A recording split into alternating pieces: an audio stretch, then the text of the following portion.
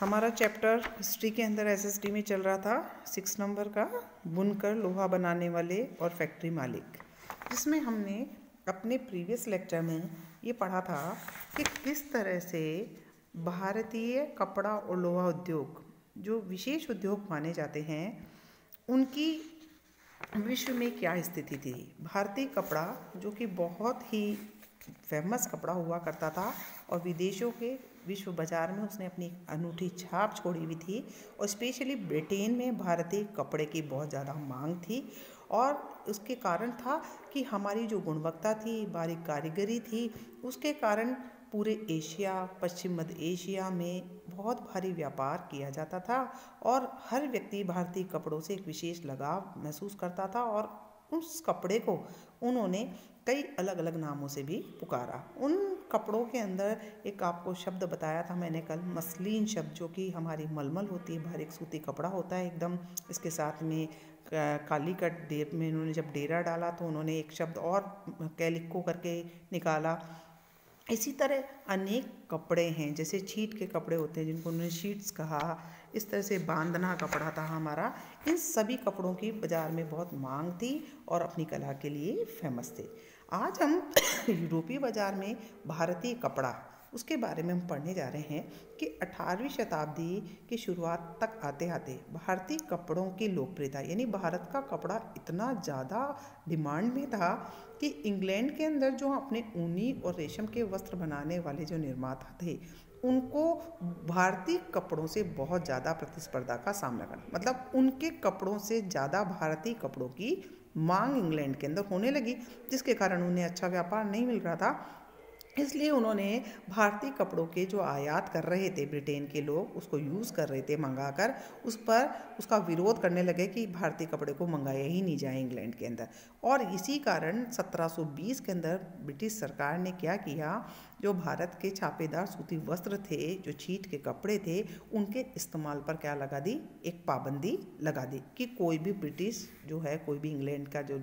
हमारे फिरंगी हैं वो उसको यूज़ नहीं करेंगे। तो उन्होंने इसको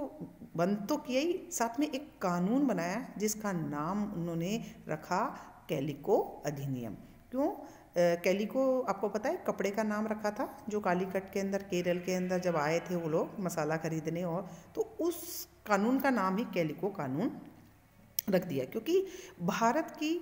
जो छीट के कपड़े थे, कैलिको जो कपड़ा था, उसकी वहाँ पर बहुत डिमांड थी और यही कंपटीशन दे रहा था वहाँ के इंग्लैंड के ऊन और रेशम के, तो उन्होंने उसका नाम ही अधिनियम का कैलिको रख दिया। उस समय इंग्लैंड में नए नए कपड़ों के बहुत सारे कारखाने खुल रहे थे और भारतीय कपड़ों के सामने उनके उत्पादक थे, उनको बहुत ज़्यादा प्रतिस्पर्धा करनी पड़ रही थी। इसलिए अपने देश के अंदर इंग्लैंड वाले चाहते थे कि पूरी तरह से इस पर पाबंदी लगा दी जाए भारत के कपड़ों में, ताकि पूरे इंग्लैंड में केवल इंग्लैंड का बना हुआ ही कपड़ा बिके। इस क्रम में उन्होंने इंग्लैंड की सरकार को सबसे पहले कैलिको छपाई के उद्योग को सरकारी संरक्षण में विकसित किया, यानी जो भारत में जो कैलिको जो कपड़ा था, जो प्रिंट था, वो इतना फेमस हो गया कि उन्होंने उसको वहीं पर डेवलप करने के लिए सरकारी संरक्षण में उसको डेवलपमेंट किया। अब सफ़ेद मलमल या बिना मांड वाले भारतीय कपड़े पर इंग्लैंड में ही भारतीय डिजाइन के छापे जो है छापे जाने लगे। मतलब भारत से जो चीज़ मंगाकर वहाँ पर यूज़ की जा रही थी, अब उन्होंने वो तकनीक वहाँ पर ही विकसित कर ली इंग्लैंड में, और वहाँ के उत्पादक अब क्या कर रहे थे, भारतीय प्रिंट को अपनी ही मशीनों पर छापने लगे। अब जब उन्होंने अपनी इस टेक्निक को विकसित कर लिया तो भारतीय कपड़ों को क्या हुई, प्रतिस्पर्धा का सामना करना पड़ा। इंग्लैंड में तकनीकी सुधारों की ज़रूरत दिखाई देने लगी, तो उन्होंने क्या किया, 1764 में जॉन के ने स्पिनिंग जेनी का एक आविष्कार, एक मशीन थी, एक ऐसी मशीन थी जिसपे कई सारी तकलियों के साथ कार्य किया जाता था, है ना। एक पहिया घूमता था और सारी तकलियाँ घूमने लग जाती थी। तो हुआ क्या कि इससे उत्पादन बहुत शीघ्रता से होने लगा, ज़्यादा उत्पादन होने लगा, और 1886 में रिचर्ड आर्कराइट ने जब भाप के इंजन का आविष्कार किया तो सूती वस्त्र की बुनाई को और क्रांतिकारी स्वरूप प्रदान किया। अब बहुत सारा कपड़ा कम कीमत पर अच्छी क्वालिटी का इंग्लैंड में ही तैयार होने लगा। अब जब ये सब चीज़ें होने लग गई तो दुनिया के बाज़ारों से भारतीय कपड़ों का दबदबा